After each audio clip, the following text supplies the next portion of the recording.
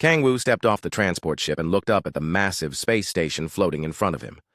Nexus Prime was bigger than anything humans had ever built. The station stretched for miles in every direction, its metal surface covered in lights that blinked like stars. Ships from dozens of different worlds moved around it like tiny insects. He walked through the docking bay, his black diplomatic uniform crisp and clean. Other beings moved past him, some with tentacles instead of arms, others that floated in the air, and creatures that looked like walking crystals. None of them paid attention to the human representative. Kang Wu had been Earth's ambassador to the Galactic Council for 3 years now.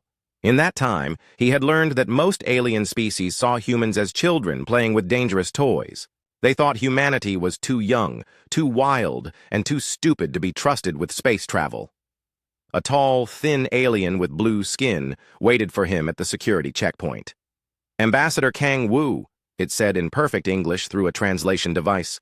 "The High Arbiter is ready to see you." Kang Wu nodded and followed the alien through long hallways filled with more strange creatures than he could count. The walls were made of some kind of metal that seemed to glow with its own light. Everything here was designed to make visitors feel small and unimportant. They entered a huge circular chamber with a dome-shaped ceiling that showed the stars outside. 12 massive chairs were arranged in a circle, each one built for a different type of alien body. In the center of the circle was a smaller chair, the human seat. High Arbiter Velthak sat in the largest chair. The creature looked like a mountain of living crystal, with points of light moving through its body like trapped lightning. When it spoke, its voice sounded like breaking glass. "Human representative," Velthak said, "you have been called here to receive an important message from the Galactic Council." Kang Wu took his seat and looked around at the other council members. He recognized most of them from previous meetings. There was Ambassador Thex from the Zephyrian Empire, a creature that looked like a floating jellyfish made of silver metal. Next to Thex sat the representative from the Tidal Empire, a fish-like being that wore a water-filled helmet to breathe.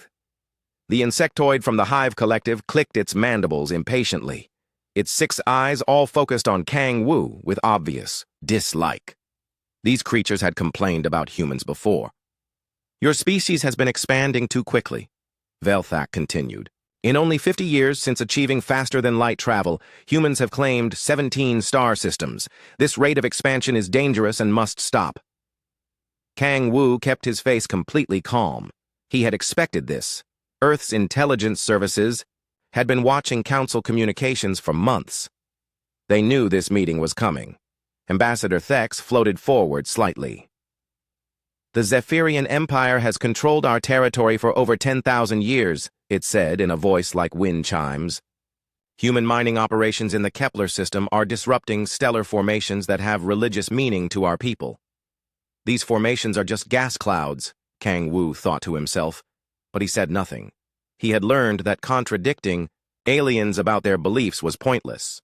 The fish creature from the Tidal Empire spoke next, its voice bubbling through the water in its helmet. "Human terraforming projects destroy natural water cycles. Your species shows no respect for the balance of nature."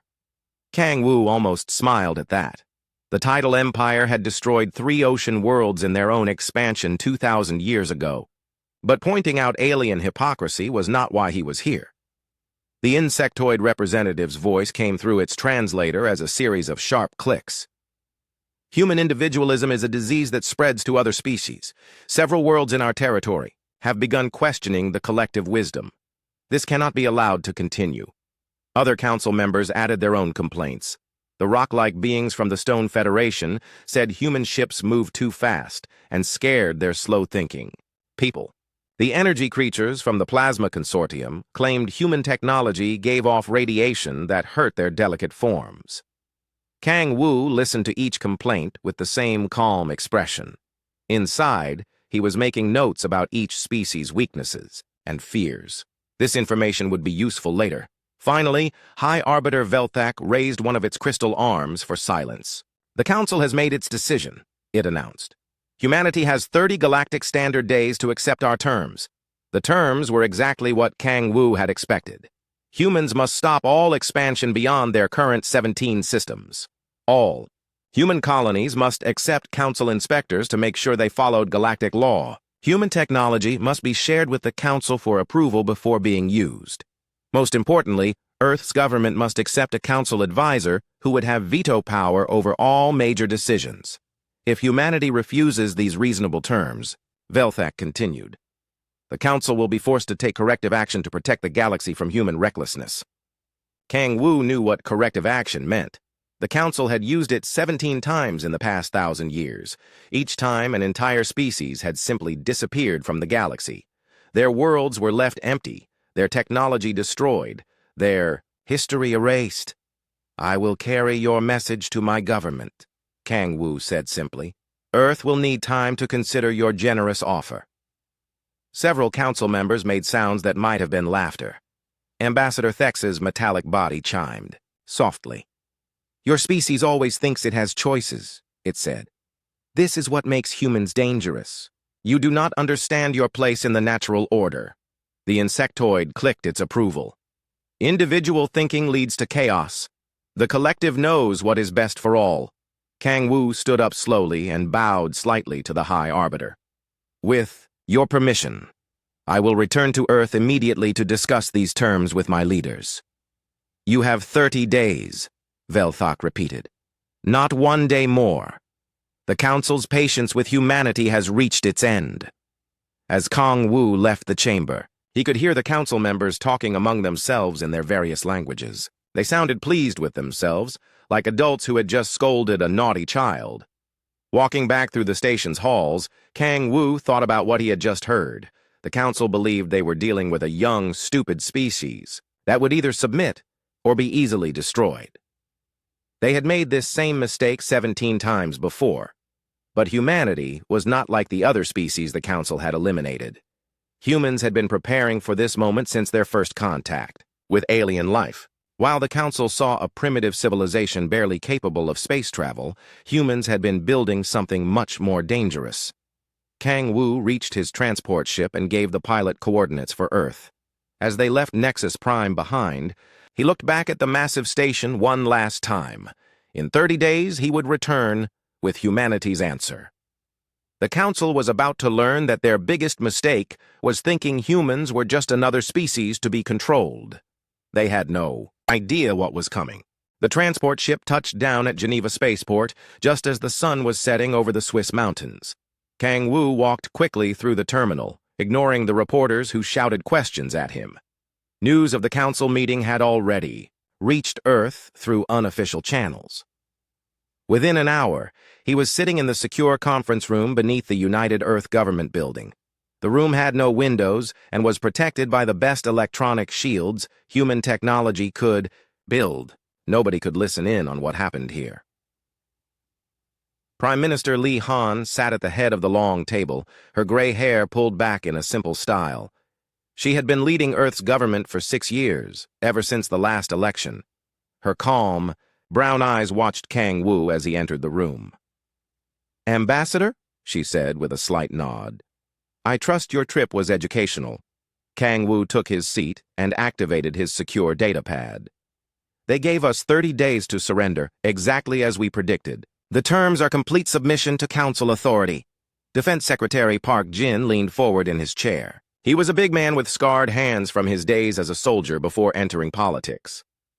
"Did they threaten military action?" "They called it corrective action," Kang Wu replied. "The same term they used for the 17 species they eliminated over the past 1,000 years.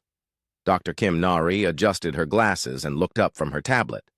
As Earth's chief science advisor, she had been working on humanity's secret projects for the past decade.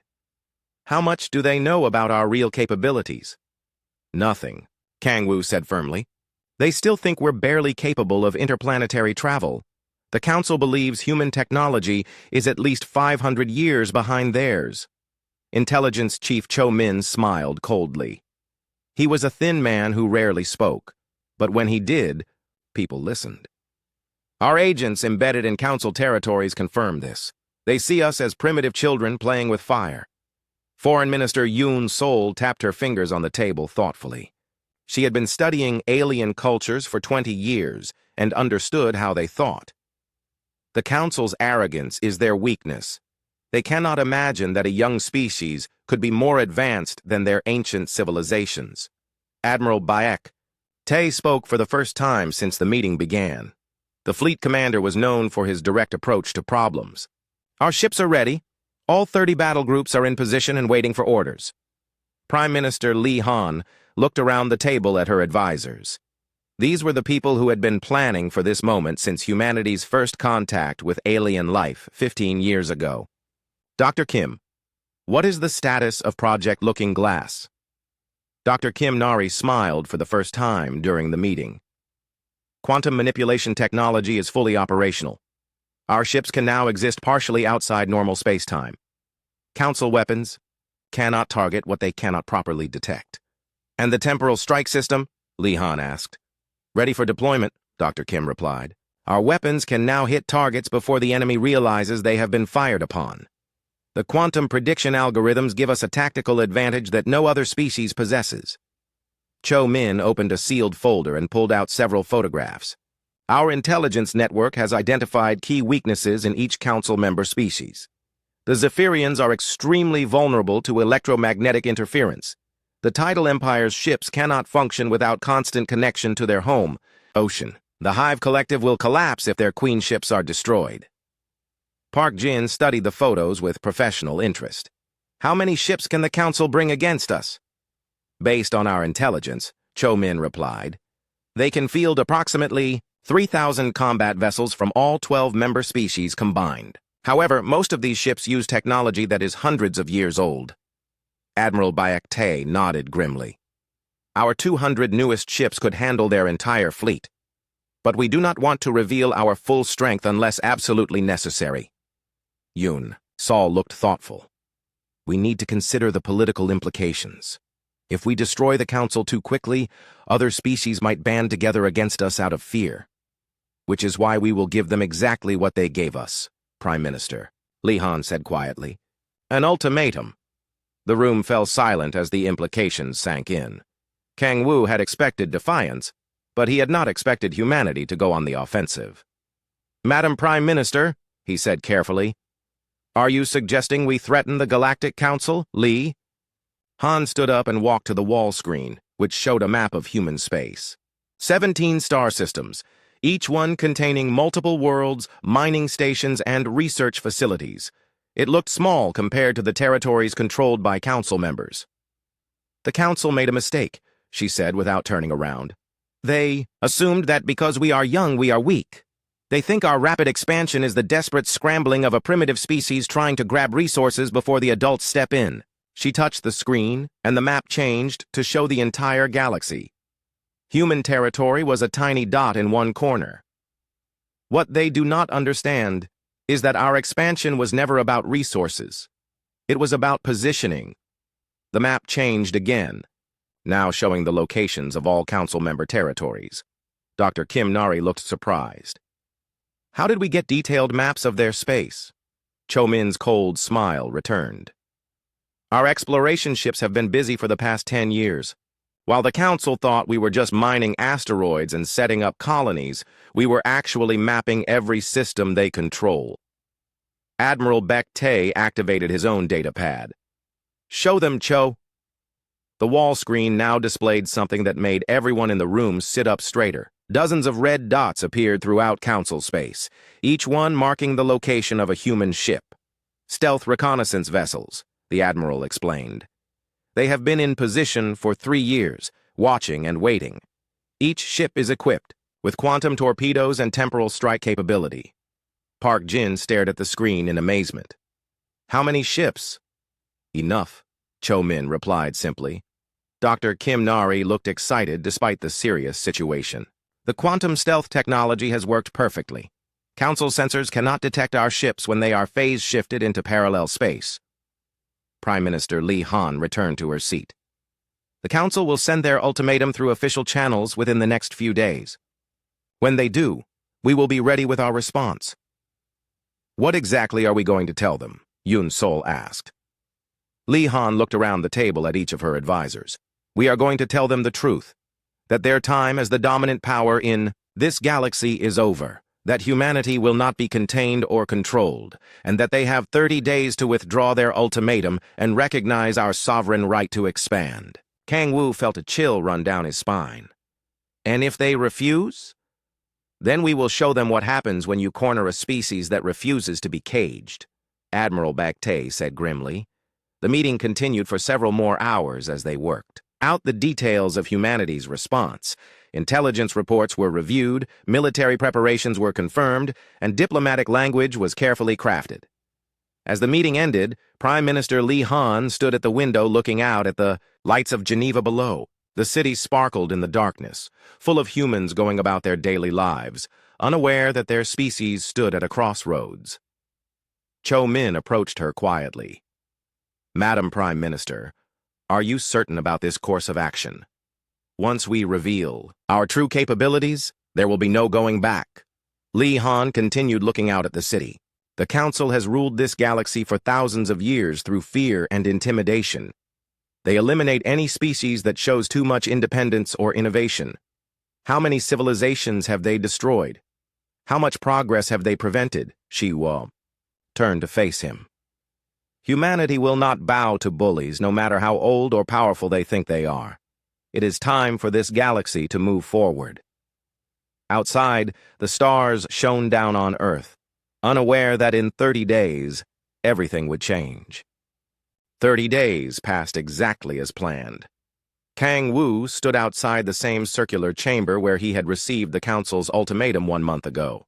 In his briefcase, he carried humanity's response, though calling it a response was not quite accurate. It was more like a declaration of war wrapped in diplomatic language. The chamber looked the same as before. The 12 massive chairs still held the same alien representatives, and High Arbiter Velthok still dominated the center of the circle like a mountain of living crystal. But something felt different in the air. The council members seemed more relaxed now, confident that the primitive human species had come to submit. Ambassador Thex from the Zephyrian Empire floated slightly forward as Kang Wu entered. "Human representative," it chimed in its wind-like voice, "we trust you bring word of your species' acceptance of our generous terms." The insectoid from the Hive Collective clicked its mandibles in what might have been satisfaction. Individual thinking always leads to the correct collective decision in the end. Kang Wu took his seat and placed his briefcase on the small table beside him. He opened it slowly and removed a single data pad.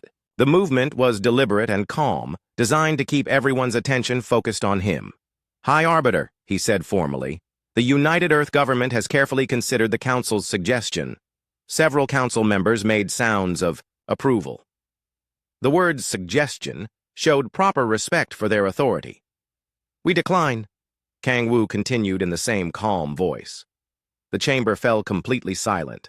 For nearly 10 seconds, no one moved or spoke. The crystalline High Arbiters. Internal lights flickered faster, which Kang Wu knew meant surprise or anger.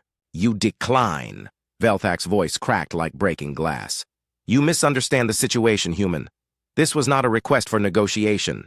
Kang Wu activated his datapad and began reading from humanity's prepared response. "The United Earth government rejects the Galactic Council's attempt to limit human expansion and development. Furthermore, we reject the Council's claimed authority over independent species." Ambassador Thex's metallic body began to vibrate with high-pitched sounds. "Impossible! No species has ever refused Council guidance. The Council has had 1,000 years to prove its worth." Kang Wu continued reading. "In that time, you have eliminated 17 intelligent species whose only crime was thinking differently than you. You have prevented technological advancement, discouraged exploration, and created a galaxy where fear replaces progress." The fish creature from the Tidal Empire began making angry, bubbling sounds inside its water helmet. "You dare judge civilizations that existed before your species learned to make fire?" Kang Wu looked up from his datapad and made eye contact with each council member in turn. "Age does not equal wisdom.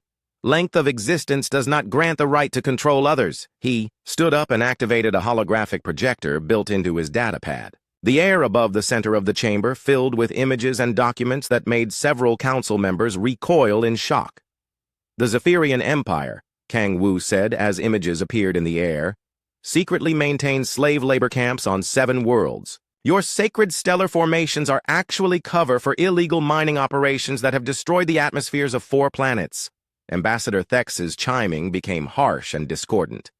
Those documents are classified. How did you— The Tidal Empire, Kang Wu continued, ignoring the interruption, has been dumping toxic waste into the oceans of primitive worlds for 300 years. Your concern for natural water cycles is somewhat hypocritical. The fish creature tried to speak, but Kang Wu moved on to the next display. The Hive Collective has been conducting illegal experiments on captured individuals from other species, trying to find ways to force them into your collective consciousness. Several of these experiments are happening right now on your research stations. The insectoid's 6 eyes all focused on Kang Wu with pure hatred. Individual spies! This proves that human thinking is a disease that must be eliminated. Kang Wu displayed more evidence of council corruption and hypocrisy. Secret military buildups, plans to eliminate inconvenient species, evidence of council members plotting against each other. Within minutes, the chamber had erupted into accusations and denials as council members turned on each other. Silence! High Arbiter Velthak's voice boomed through the chamber like an earthquake. How did humans obtain this information? Kang Wu smiled for the first time since entering the chamber. We obtained it the same way we obtained detailed maps of all your territories, complete technical specifications for all your military equipment, and the locations of all your secret installations. He activated another hologram, this one showing a star map of the entire galaxy. Red dots appeared throughout council space, hundreds of them. These markers represent the current positions of human reconnaissance vessels, Kang Wu explained, calmly. They have been watching you for 3 years. The silence that followed was even deeper than before. Every council member stared at the hologram with growing horror as they realized what they were seeing. Impossible, Ambassador Thex whispered. Our sensors would have detected any human ships in our territory. Your sensors detect ships that exist in normal space-time, Kang Wu replied. Human vessels operate using quantum manipulation technology. We exist partially outside your reality. Dr. Kim Nari had been right. Revealing their technological advantage had the exact effect they had hoped for. The council members looked at each other with growing fear and uncertainty. You are bluffing, the insectoid clicked angrily. Primitive. Species cannot develop such technology. Kang Wu touched his datapad again. Throughout the chamber, holographic displays showed live feeds from human ships positioned near every major council world. The feeds clearly showed council military bases, government buildings, and population centers. These are current images from our reconnaissance fleet, Kang Wu said. Would you like me to have one of our ships reveal itself to prove they are really there? High Arbiter Velthak's crystal body darkened as the lights inside dimmed. What do you want, human? The United Earth government makes the following demands, Kang Wu said, returning to his formal tone. First, the Galactic Council will immediately withdraw its ultimatum regarding human expansion. Second, the Council will recognize humanity's sovereign right to explore and colonize any unclaimed systems. Third, the Council will cease all interference in human affairs. And if we refuse? Velthak asked, though the question sounded more like a plea. Kang Wu reached into his briefcase and pulled out a small device the size of his palm. He placed it on the table and pressed a button. The device projected a new hologram showing the positions of human battle fleets. If the Council refuses these reasonable demands, he said, echoing their earlier language, humanity will be forced to take corrective action to protect the galaxy from Council tyranny. The chamber erupted again as Council members shouted in their various languages. Some demanded immediate military action against humanity. Others called for negotiation. A few seemed to be calling for surrender. You have 30 of your standard days to provide an answer, Kang Wu announced over the chaos. This is not a negotiation, this is a courtesy. He closed his briefcase and stood to leave. As he reached the chamber door, High Arbiter Velthak's voice stopped him. Human, the crystal being said, its voice now quiet and uncertain. Your species has existed for less than 1% of the time our civilizations have ruled this galaxy. What makes you think you can succeed where so many others have failed? Kong. Wu turned back to face the Council one last time. Because we refuse to accept that things have to stay the way they are, because we believe in progress instead of stagnation, and because we understand something you have forgotten in your thousands of years of power. What is that? Velthak asked. Every empire that thinks it will last forever is already dead. It just does not know it yet. As Kang Wu left the chamber, he could hear the council members arguing among themselves in panic and confusion. Some were demanding immediate contact with their home governments. Others were calling for military mobilization. Walking through the corridors of Nexus Prime toward his transport ship, Kang Wu noticed that word of the confrontation had already begun to spread. Alien beings in the hallways looked at him with expressions ranging from fear to curiosity to admiration. For the first time in 1,000 years, someone had stood up to the Galactic Council and lived to tell about it. The age of human submission was over. The age of human dominance was about to begin.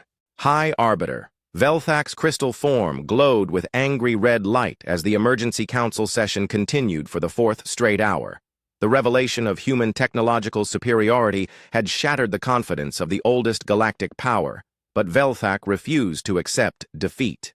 No species has ever defied us and survived, the crystal being declared to the assembled representatives.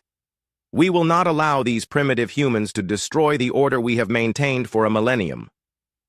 Several council members shifted nervously in their seats. The evidence Kang Wu had presented was too detailed and too accurate to dismiss.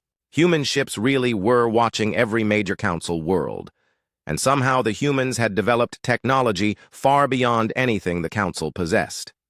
Ambassador Thex from the Zephyrian Empire chimed uncertainly. Perhaps we should consider negotiation. The humans seem to have significant military capabilities. Coward! Clicked the insectoid from the Hive Collective. The collective consciousness demands action. Individual thinking cannot be allowed to spread. The fish creature from the Tidal Empire bubbled anxiously in its water helmet. Our intelligence services confirm human ships near our home system, ships that our sensors cannot properly detect. Velthak's lights flashed brighter. Then we will show them what happens when children play with fire. Send word to all member fleets. We will gather our full military strength and crush this human rebellion before it can spread to other species.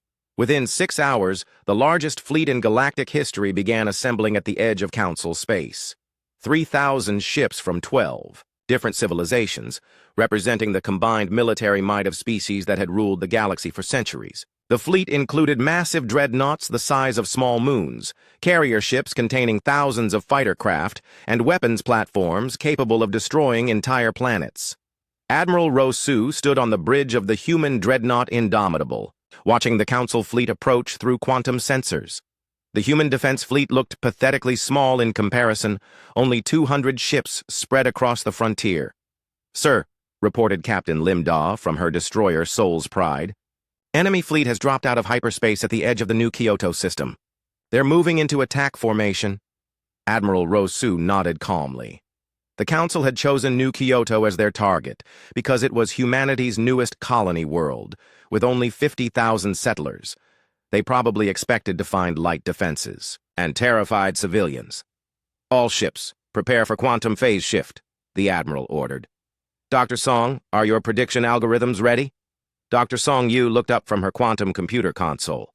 "Tactical prediction matrix is fully operational, sir. We can anticipate their attack patterns up to 47 seconds before they make their moves." Fleet Admiral Ku Jae's voice came through the communication system from his command ship Terra's Wrath. "All units report ready for battle. Human fleet is at full combat readiness."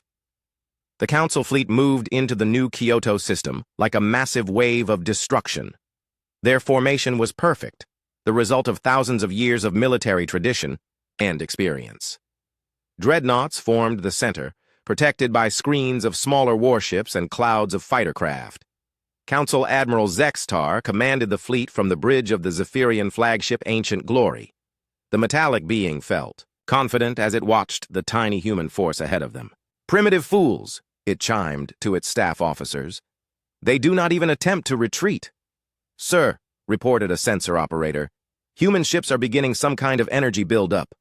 Unknown technology detected. Weapons charged to fire on primitive vessels," Zextar ordered. "We will end this quickly. and send their wreckage back to Earth as a message. The first surprise came when Council weapons fired at the human fleet and missed completely. Plasma bolts and energy beams passed through the space where human ships should have been, but the ships themselves seemed to flicker in and out of existence. "What is happening?" Zextar demanded. "Why are our weapons not hitting their targets?" The sensor operator's voice was confused. "Sir, the human ships appear to be shifting between dimensions. Our targeting systems cannot lock onto them." Captain Lim-Da smiled grimly as her destroyer phased back into normal space directly behind the Council flagship. "Target acquired," she reported to Admiral Ro-Su. Beginning attack run, her ship fired a single quantum torpedo before phasing out of normal space again. The torpedo hit Ancient Glory with such force that the massive dreadnought's shields collapsed instantly.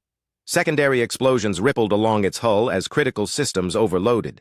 Throughout the battle zone, similar attacks were happening. Human ships would appear from nowhere, fire their weapons with devastating effect, then vanish before Council forces could respond. It was like fighting ghosts that could strike without warning. "Impossible!" Admiral Zextar shrieked as damage. Reports flooded in. "No species has technology like this!" Dr. Song Yu's voice came through the human communication network with mechanical precision. "Enemy fleet will attempt flanking maneuver in 32 seconds. All ships, prepare counterattack. Pattern Delta."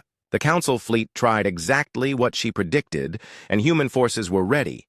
Ships that had been invisible suddenly appeared in perfect positions to devastate the flanking force. Quantum weapons tore through Council armor like paper, while Council weapons continued to fire uselessly at targets they could not properly see. Admiral Ro-Su watched the battle unfold with professional satisfaction. "Captain Lim, your squadron will execute the final phase. Target their command ships." "Understood, sir," Lim-Da replied. Her destroyer squadron seemed to teleport across the battlefield, appearing inside the Council fleet's protective formation. They fired at point-blank range into the bridges of several command ships before vanishing again. The Council fleet began to break apart as ship after ship was destroyed or disabled. Crews that had never known defeat found themselves facing an enemy they could not fight. Some ships tried to retreat, but human forces appeared in their path. Others attempted desperate ramming attacks, but human ships simply phased out of their way. Fleet Admiral Ku Jie coordinated the battle from Terra's Wrath, his quantum computers tracking every Council ship simultaneously. "All units, maintain formation. Do not let any enemy vessels escape to report our full capabilities." The battle lasted 6 hours, but the outcome was never in doubt. When it ended, 2/3 of the Council fleet was destroyed, and the rest was fleeing in panic. The human fleet had not lost a single ship. Admiral Zextar sat in the damaged bridge of Ancient Glory, staring at the tactical display in disbelief. Half his fleet was gone, destroyed by an enemy that seemed to exist outside the normal laws of physics. "Send emergency transmission to the Council," he ordered weakly. Tell them we have encountered something beyond our understanding." The surviving Council ships jumped to hyperspace, carrying news of the disaster back to their home worlds. Behind them, the human fleet maintained its defensive positions around New Kyoto as if nothing significant had happened. Admiral Ro-Su stood in his command center, reading battle reports from his ship captains. The quantum phase technology had worked perfectly. Council weapons had been unable to target ships that existed partially outside normal space-time. "Sir," Dr. Song Yu reported, "quantum prediction algorithms performed within acceptable parameters. We anticipated 93% of enemy tactical decisions correctly." "Excellent work, Doctor," the Admiral replied. "Prepare detailed battle analysis for transmission to Earth. Command will want to know exactly how the test went." Captain Lim-Da's voice came through the communication system. "Sir, should we pursue the retreating Council forces?" "Negative," Admiral Ro-Su replied. "Let them escape. Their reports of this battle will be more valuable than destroying them would be." On worlds throughout Council space, the news of the defeat spread like wildfire. For the first time in 1,000 years, the Galactic Council's military had been utterly crushed by a supposedly primitive species. Some Council members called for immediate surrender. Others demanded that nuclear weapons be used against Earth itself. But High Arbiter Velthak sat alone in the Council chambers, staring at the empty chairs around the circular table. The crystal being's internal lights had dimmed to almost nothing as the reality of the situation became clear. The age of council dominance was over. The humans had not just won a battle, they had revealed that everything the council believed about galactic power was wrong. Youth and innovation had defeated age and tradition. For the first time in its long existence, Velthak wondered if the council would survive what was coming next. 6 months after the Battle of New Kyoto, the galaxy looked completely different. The massive space station Nexus Prime still floated in the same location, but the ships docking there now carried different flags. Human vessels moved freely through space that had once been forbidden to them. More importantly, ships from dozens of species that had lived in fear of the Council now traveled openly to meet with their new human allies. Kang Wu walked through the same corridors where he had once been treated like a primitive barbarian. Now, alien beings stepped aside respectfully as he passed. Some even bowed slightly in greeting. The human ambassador carried himself with the same calm dignity as always, but everything around him had changed. The circular chamber that had once housed the mighty Galactic Council now looked much smaller. The 12 massive chairs that had dominated the room were gone, replaced by a simple round table with ordinary seats. Representatives from 47 different species sat around the table, including several who had once been council members. Ambassador Kang Wu took his place at the table, no longer isolated in the center, but sitting as an equal among equals. To his right sat President Nam Hai of the newly formed Terran Federation, attending the meeting through holographic projection from Earth. At the far end of the table, looking much smaller than before, sat the former High Arbiter Velthak. The crystal being's lights were dim and flickering weakly. The creature that had once commanded 12 star systems now represented only a single world, and that world existed only because humanity had chosen to protect it from the revenge of former council subjects. The Terran Federation calls this Assembly to Order, Kang Wu announced. His voice carried easily through the chamber that had once been designed to make humans feel small and unimportant. President Nam Hai's hologram stood up. She was a woman in her 50s with kind eyes and silver hair, but everyone in the room knew she commanded the most powerful military force the galaxy had ever seen. Friends and colleagues, she began, 6 months ago, this galaxy was controlled by fear. Species lived in terror of expressing new ideas or developing new technologies. Innovation was punished, and progress was forbidden. Today, we begin a new age. Several representatives nodded in agreement. The delegate from the former Zephyrian Empire, a much smaller being than Ambassador Thex had been, raised one metallic hand. President Nam Hai, it chimed in a humble tone, the Zephyrian people wish to formally request membership in the Terran Federation.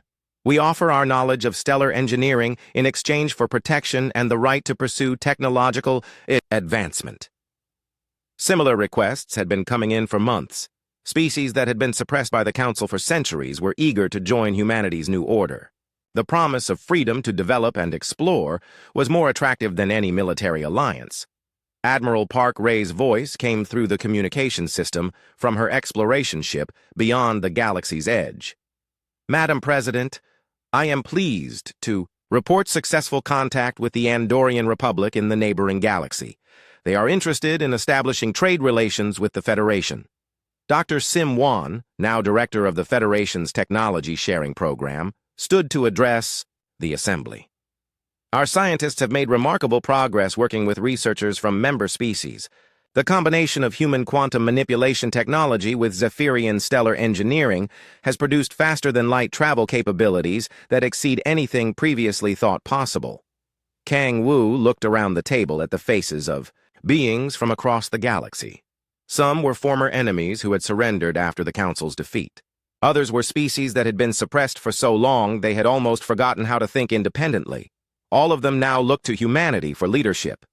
The Federation's expansion continues ahead of schedule, reported Admiral Park Ray.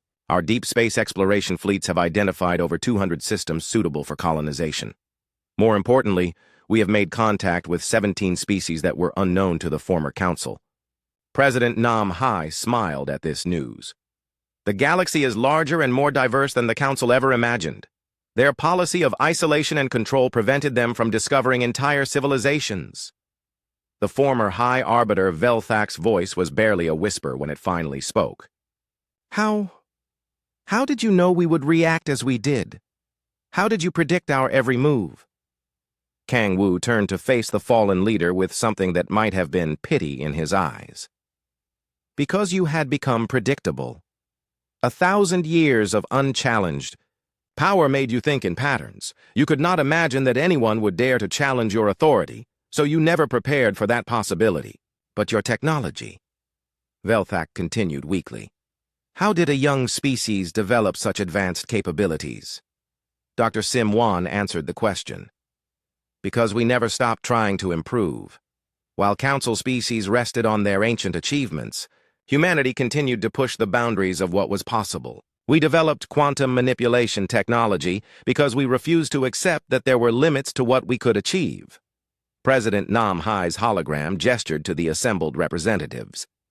The Federation offers something the Council never could: unlimited potential. Every species that joins us gains access to technologies and opportunities that would have taken them millennia to develop alone. A new voice spoke from the back of the chamber. What about species that choose not to join the Federation? Will you force them to submit as the Council did? Kang Wu stood to address this concern. The Federation does not force membership on anyone.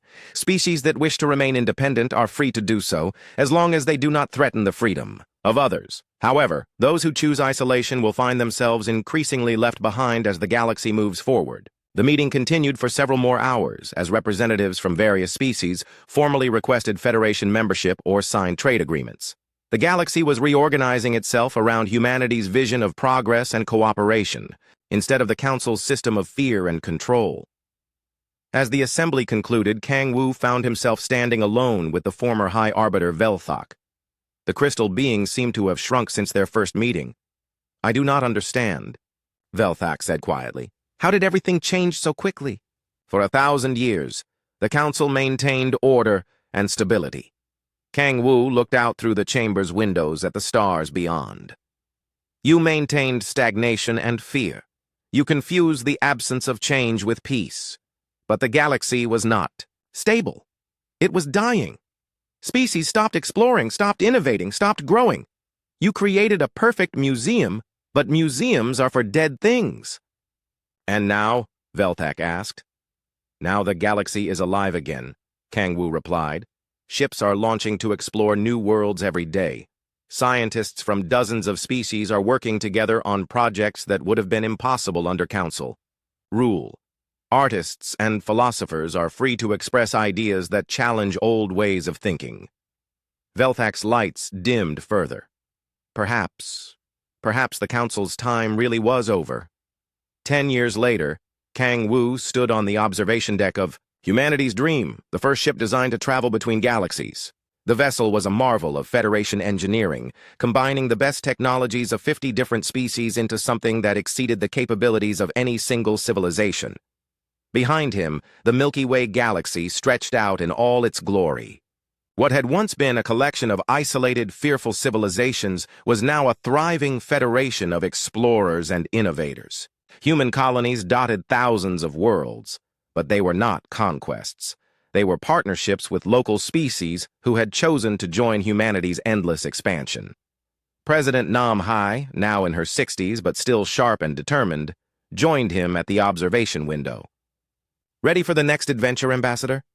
Kang Wu smiled as he watched the stars wheel slowly past. Somewhere out there, other galaxies waited to be explored. Other civilizations waited to be contacted. Other challenges waited to be overcome. Humanity has never been ready for anything, he replied. That has always been our greatest strength. The ship's engines engaged, bending space and time around them as they began their journey to the Andromeda Galaxy. Behind them, the Milky Way continued its ancient dance through the cosmos, but now it danced to a new rhythm, the rhythm of progress, exploration, and unlimited possibility. The age of human dominance had become the age of galactic cooperation, and this was only the beginning.